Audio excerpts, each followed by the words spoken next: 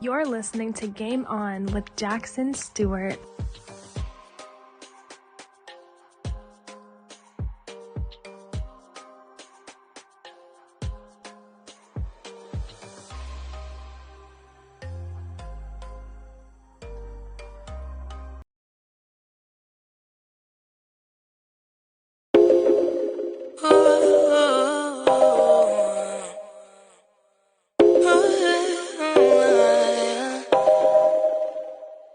No recordaba lo bueno que era estar a solas, sin que me juzguen, con mis amigas cantando rolas. Que me aprecien, pero no tanto, quiero estar sola. Estar soltera, no disponible y siendo moda. Yo te quiero pero déjame, no me amas, eso se te ve. Y si sigues pues agárrate, que esta chica no la vuelva a ver. Yo te quiero pero déjame, no me amas, eso se te ve. Y si sigues pues agárrate, que esta chica no la vuelva a ver. Solo quiero ser. Good people, sexy people, welcome to another edition of Game On with Jackson Stuart. I'm your host, and as always, I appreciate you guys taking time to tune in, check out the show, and give me your feedback. Speaking of feedback, tonight is part 2 of Ask Jack, one of my favorite types of shows to do, where you guys send me your questions and comments, and I read them on the air to the best of my ability. Want to make sure you are following Game On all social media, YouTube, Game On with Jack, Twitter, Game On with Jack, and Instagram, Game On with Jack. Also swing by the GameOnWithJack.shop. You can access the free, teachable Game On with Jackson Stuart, How to Be an Alpha Male course.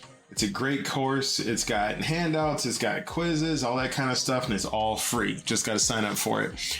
Lastly, make sure you hit the blog, GameOnWithJack.blog, B-L-O-G. Great articles up there, super helpful, quick reads, and all the platforms offer something different. So just don't sit on it and think that what you're seeing on YouTube is the same thing you're seeing on Twitter and so on. So would really love to have you guys join the community of players and game changers. You know, a friend of mine was telling me about her weekend, and she was out with some other female friends celebrating a birthday. And she told me about how this guy came up and was approaching her. And I mean, she's super attractive, super smart, got it all going on.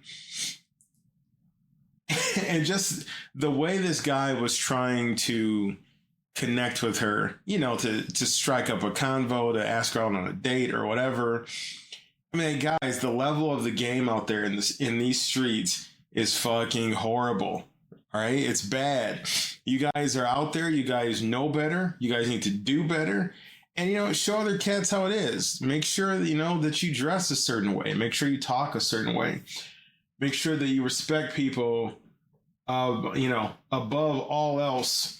And that you respect yourself. And I think if you carry yourself a certain way, and you act a certain way, then it can't help but just bleed out into everything you do and how you communicate. Let me tell you something. There are a lot of females or males, whatever you're into, it's all good. But there's a lot of people out there who are tired of being approached with lame ass game. You got to have game. I mean, game is game. But game doesn't have to mean deceit.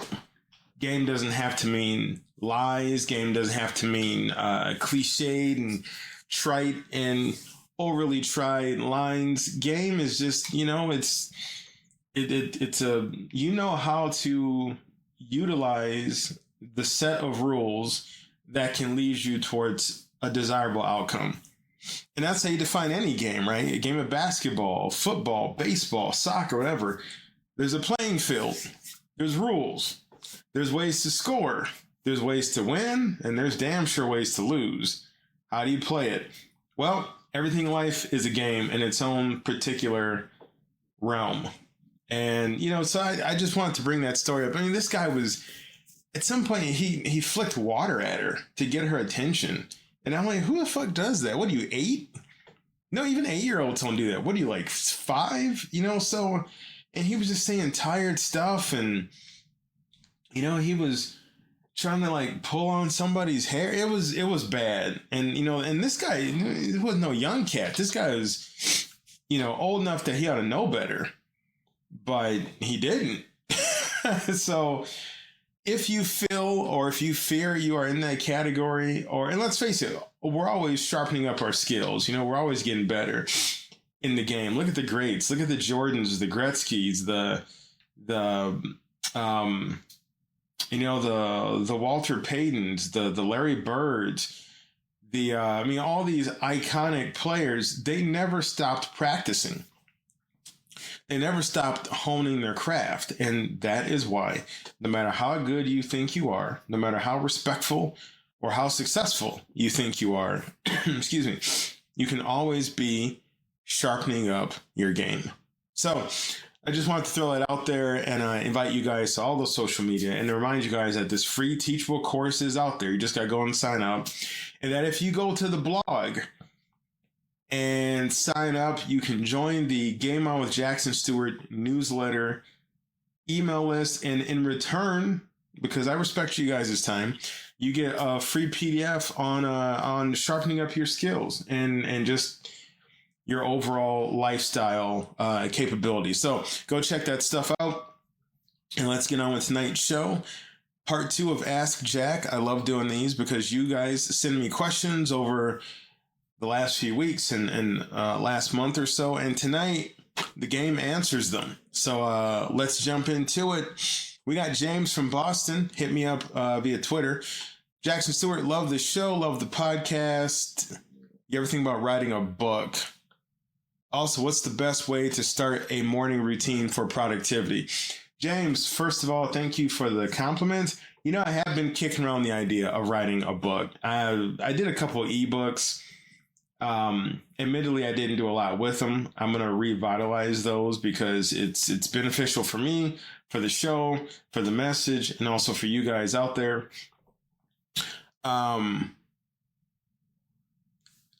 So something's coming. Hopefully before 2025, I can get something out there, and I'll keep you all posted. But the best way to start a morning routine for productivity. All right. So first and foremost, you got to find out what works for you, because everybody's different, right? But that having been said, some people, sorry to move around the room real quick. Excuse me. Some people find that there are certain commonalities we have if we're all seeking a productive morning. So first of all, get up, right? Don't let your alarm go off and you lay in bed and then hit the snooze button 5 times or read your phone. As soon as the alarm goes off, get up. So that's number one. Most people who find their morning productive get up as soon as the alarm goes off. Second, they have a routine.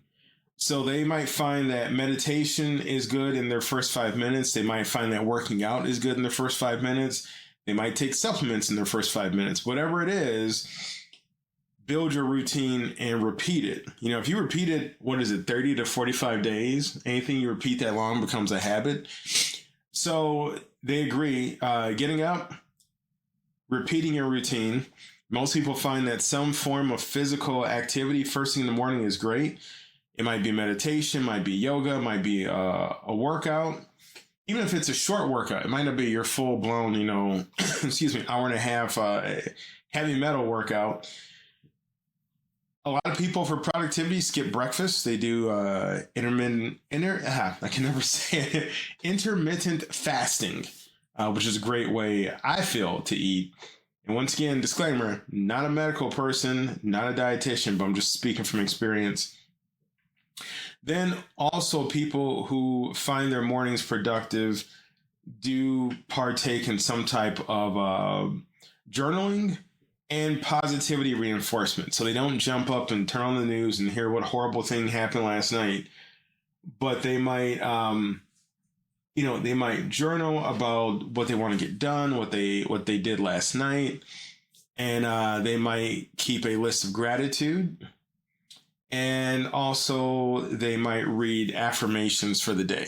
So those are just some pointers. I think that'll help you out.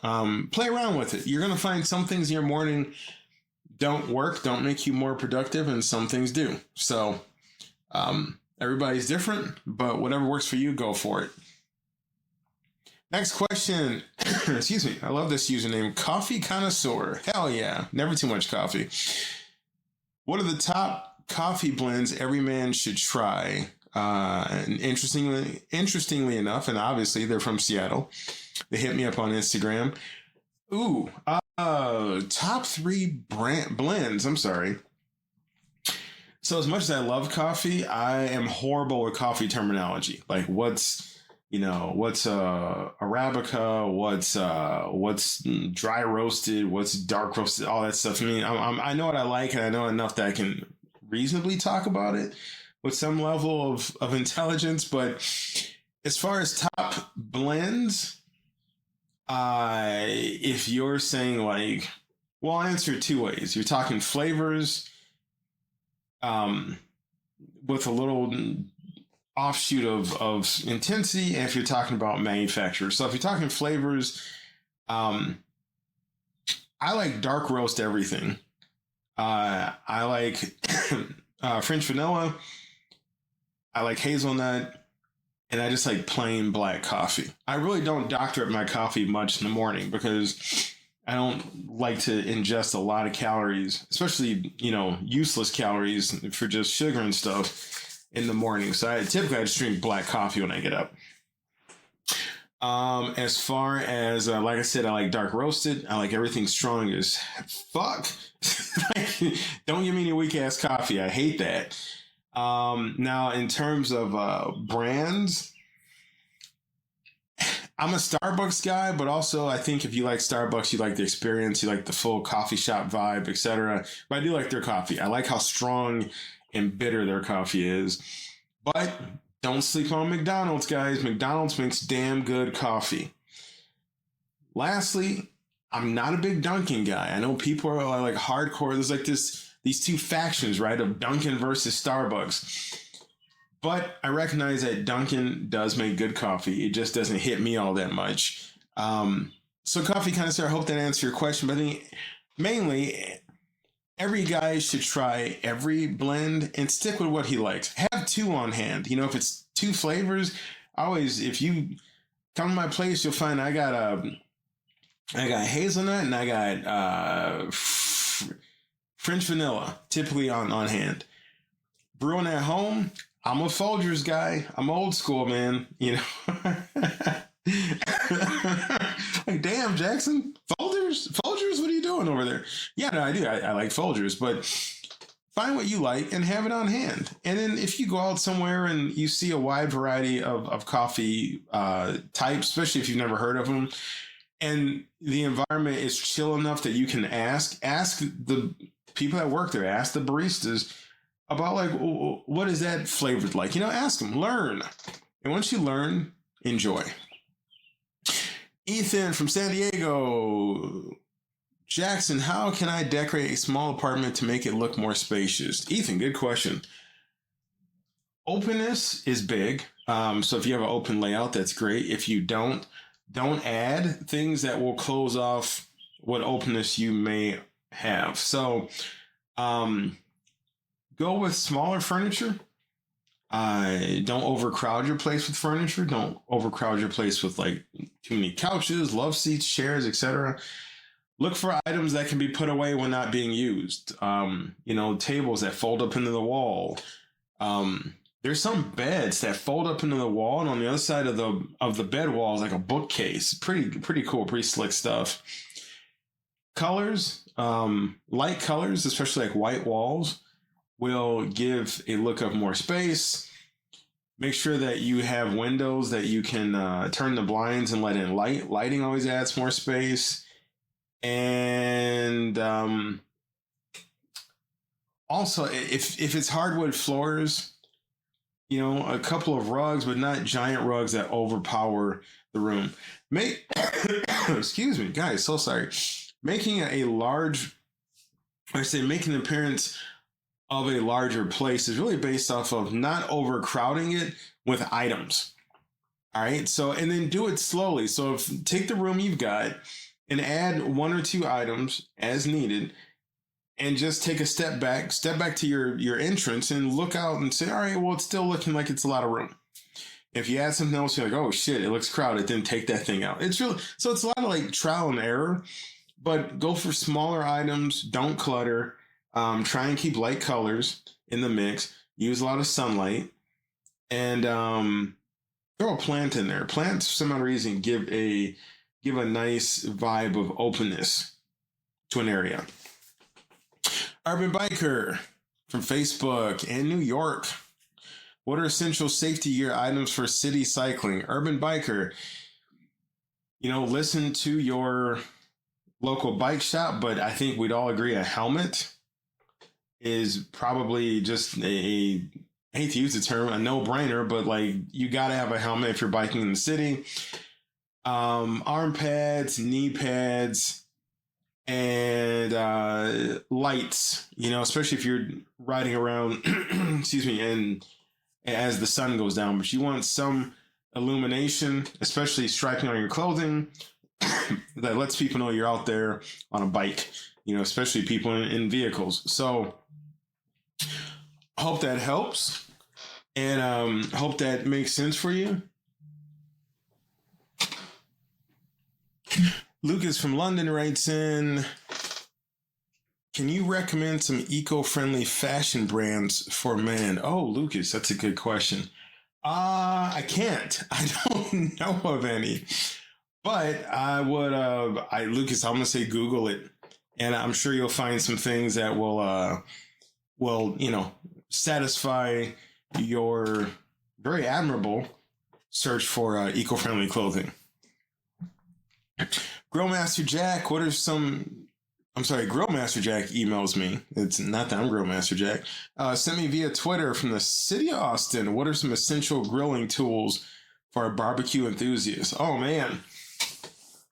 And I answer this for a person from Austin, Texas. I got to be real careful because Texas is, how they are about their barbecue. Essential tools for a barbecue enthusiast. Well, first you got to have a grill. There's still debate about, gas grill versus charcoal grill versus a wood chip grill. I grew up with a charcoal grill, but that shows my age a little bit. I know lots of people that do wonders with gas grills. I think you can not go wrong at all with getting a barbecue grill kit. It's got tongs, got the forks, got the mitts, has the brush, for spreading your marinade over your ribs. Seasoning, I think you definitely got to have steak seasoning, salt and pepper, lemon pepper, garlic pepper, onion powder, all that good stuff. Aluminum foil pans, and and one of those brushes, those steel wool brushes for cleaning the grill. I think realistically you could just go buy a grilling kit or like a beginner's grilling kit, and it's going to have 90% of that stuff already in there. So you don't have to go and pick and choose one at a time. But have fun. I think that's the other important tool you got to have if you're a barbecue enthusiast. Have fun cooking for yourself. Have fun cooking for other people, and experiment. And also have a cookbook. I know, and don't be afraid to look up things on YouTube, to follow some of the amazing people on YouTube and TikTok that barbecue and give tips. But you can't go wrong with a good old-fashioned cookbook, something that you can just have in front of you and reference on a regular basis.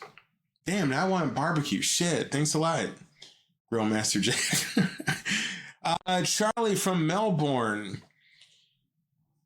via Snapchat says, that's right, because Game On is also on Snapchat. Sorry about that, if I didn't mention it earlier. What are the best books on personal development for men? Well, Charlie, all the books about personal development that I like are unisex and universal, but I would highly recommend Think and Grow Rich by Napoleon Hill, The Secret, which whether or not you subscribe to the idea of law of attraction, just the idea of a positive mindset is huge.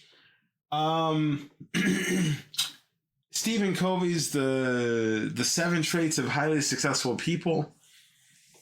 I found it a tough read, but I know a lot of people swear by it. So just because I couldn't wrap myself around it doesn't mean it's not good.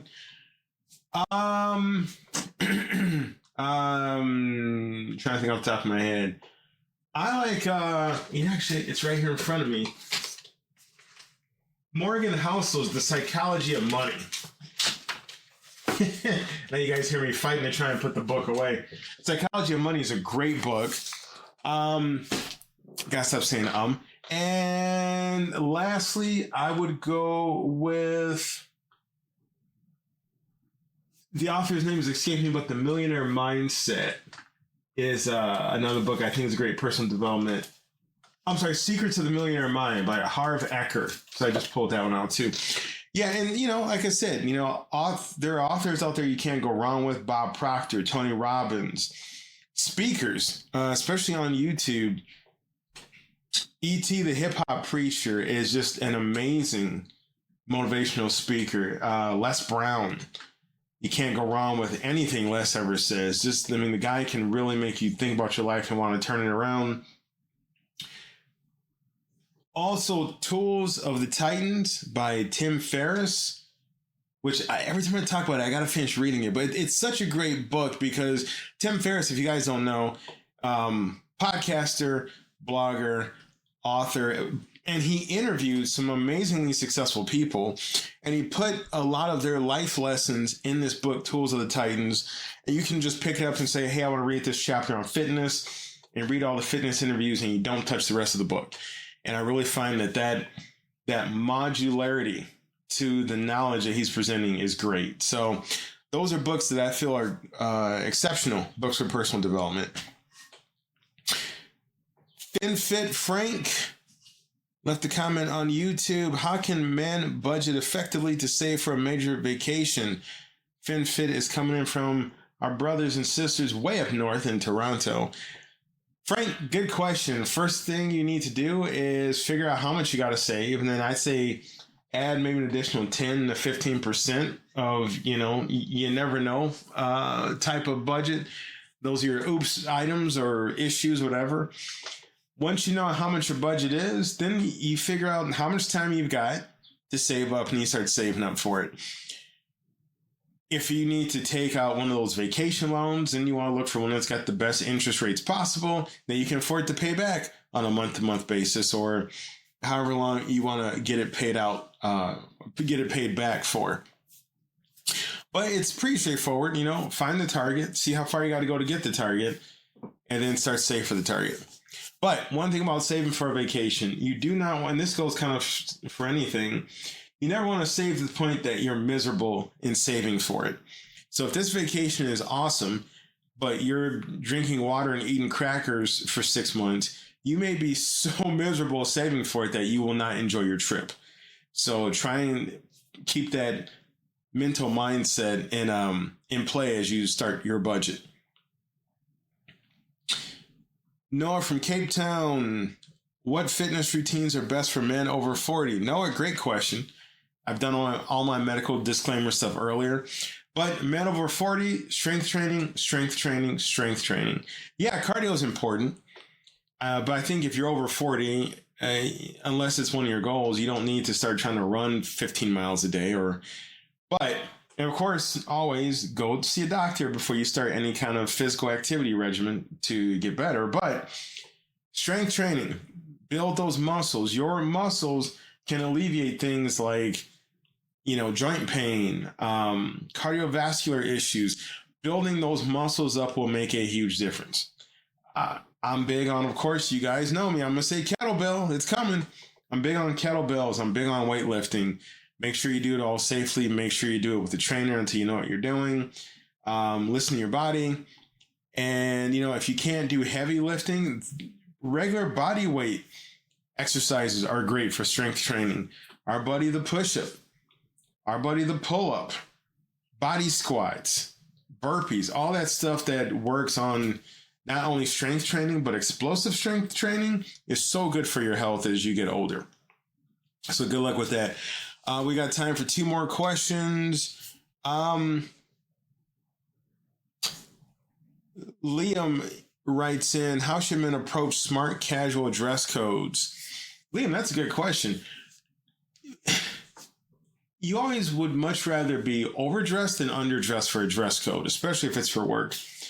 So I like to say, if it's the first time you're dealing with a new dress code, have backup clothes with you. So if it's work, have your regular work attire with you just until you can walk in the door and see how everybody's looking. First time you're going to deal with the dress code, I say wear new stuff. Try it on so you're comfortable in it, but wear new stuff.